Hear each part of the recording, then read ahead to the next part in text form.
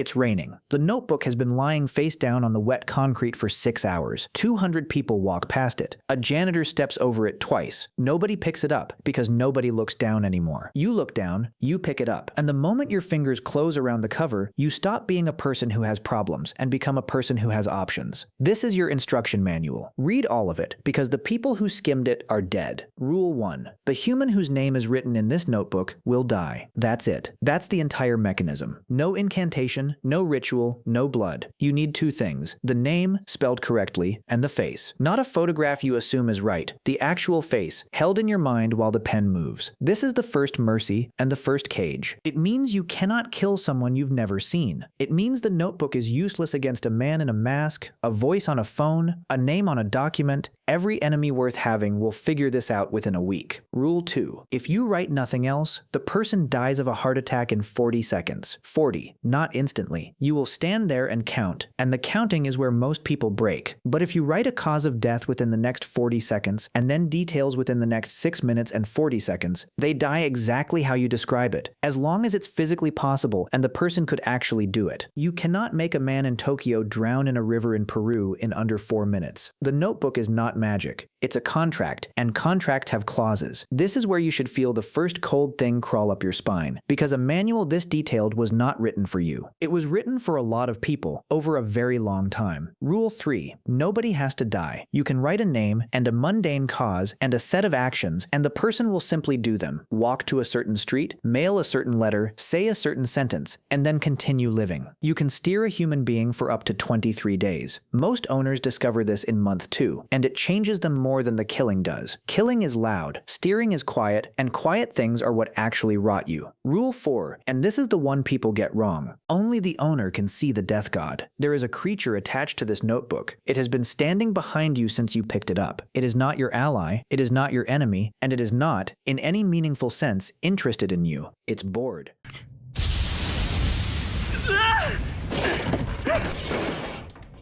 That's the entire reason the notebook is in your hands. Somewhere above you there is a realm of these things, and they are so profoundly catastrophically bored that dropping a murder weapon into a crowded city and watching what a stranger does with it counts as entertainment. You are not a chosen one. You are a program someone left running. In nature, a predator has to be present. It has to close the distance, take the risk, and stand in the same air as the thing it kills. Every instinct you have about violence was built around that geometry. The fear in your chest, the shaking hands, the thing that stops you. Now you are killing people you have never met, in cities you cannot pronounce, from a chair, in your bedroom, while a plate of food goes cold beside you. Every safety mechanism evolution installed in you is looking for a body in front of you. There isn't one, so the mechanism never fires. That's not a side effect. That's the design. Which brings us to case study 1. In 2003, a Japanese high school student, 17 years old, top of his class, picks up this notebook outside his school. Within 5 days, he has killed dozens of people. Within a week, the world has noticed. And on the 8th day, national television broadcasts a man claiming to be the world's greatest detective, sitting in a studio calling him a murderer to his face. Kira, I've got a pretty good idea what your motivation might be, and I can guess what you hope to achieve. However, what you're doing right now is evil. Truly evil! I guess you're just too stupid, Bill.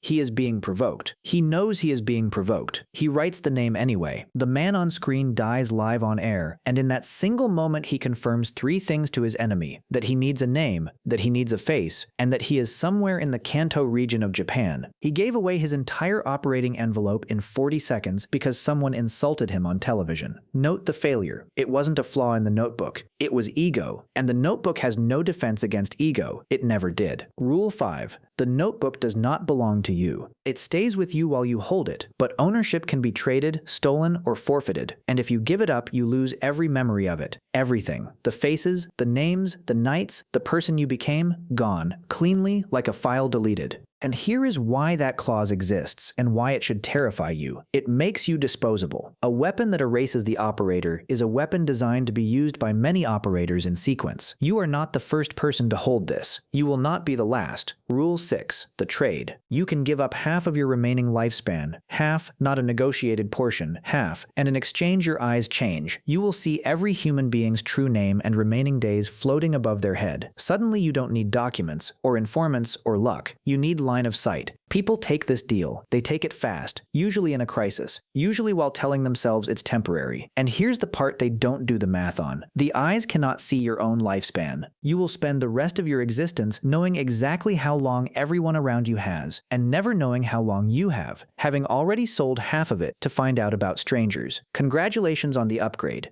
Rule 7. If you own the notebook and go 13 days without writing a name, you die. Sit with that. The instrument that gave you power over life now requires a tribute every 12 days, or it takes yours. You are no longer a person who kills when he decides to. You are a person who must kill on a schedule, forever, or stop breathing. There is a word for a relationship where you must keep feeding something, or it destroys you. And the word is not power. Rule 8, and this is the last one that matters. A human who has used the notebook cannot go to heaven or hell. Not punished, not rewarded, there's simply nothing there. Whatever you were building toward, whatever ledger you thought was being kept, closed, blank, void, which means every single thing you did with this thing was done for a world you will not be around to enjoy, judged by a system that does not exist, in service of a legacy that ends the second your heart does. Now stack the rules and look at what you're actually holding. It requires a face, so it forces you into the world. It kills on a timer, so it teaches you patience with corpses. It lets you steer, so it corrupts you slowly instead of quickly. It's visible only to you, so it isolates you completely. It erases you if you let go, so you can never let go. It demands a life every 13 days, so you can never stop. It costs you half your years to make it efficient, and it guarantees that none of it will ever be weighed by anyone. This is not a gift with a price. This is a machine, and you are the consumable part. Here's the scene that stays with people. 3 years in, you're standing on a concrete stairwell in the rain, and the man who has hunted you for those 3 years is standing on the step below, barefoot, soaked, holding a towel.